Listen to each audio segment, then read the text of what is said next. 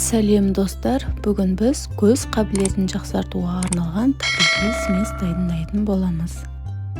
Бұл смес көз ауру белгілерін төмендетіп, көруді күшейтумен қатар есте сақтау және есту қабілетін жақсартады. Ол үшін бізге орташа сәбіз қажет болады. Сәбізімізді жуып, қабығын ашитын боламыз. Сәбіз көз денсаулығына арналған ең жақсы табиғи дәрі.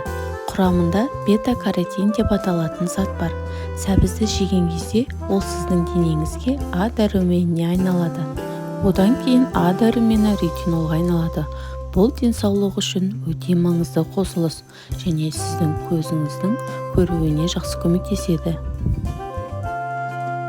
Сәбізімізді видеодағыдай ұсақтап турап аламыз. Бізге блендерден өтуге ыңғайлы болуы қажет. Келесі өнім бізге жарты лимон қажет болады.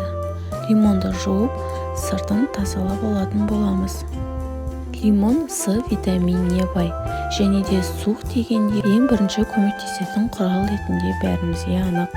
Лимон шырыны көру үшін тамаша ем, өйткені оның құрамында метаин мен зоэксантин бар.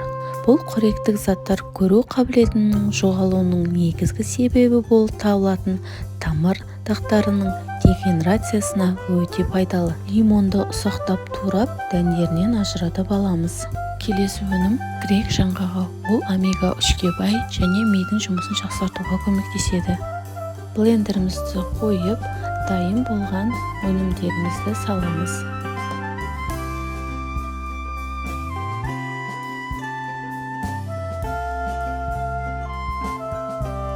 Мұнда өлшенген 30 грамм грек жаңғағы. Қақпағын жақсылап бекітіп, бір келкі масса болғанша жақсылап араластыратын боламыз. Бізде осылай қоймалжың біртекті смес болу қажет. Келесі өнім зәйтүн майы. Зәйтүн майының 1 шай қасық қосатын боламыз. Зәйтүн майы омега 3-ге бай өнім. Ең соңғы өнім табиғи балдан 1 шай қасық қосатын боламыз.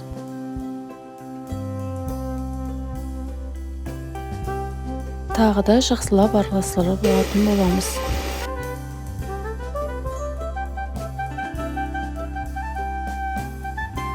Дайын болған өнімді шыны ыдысқа салып, тоңазытқышта сақтайтын боламыз.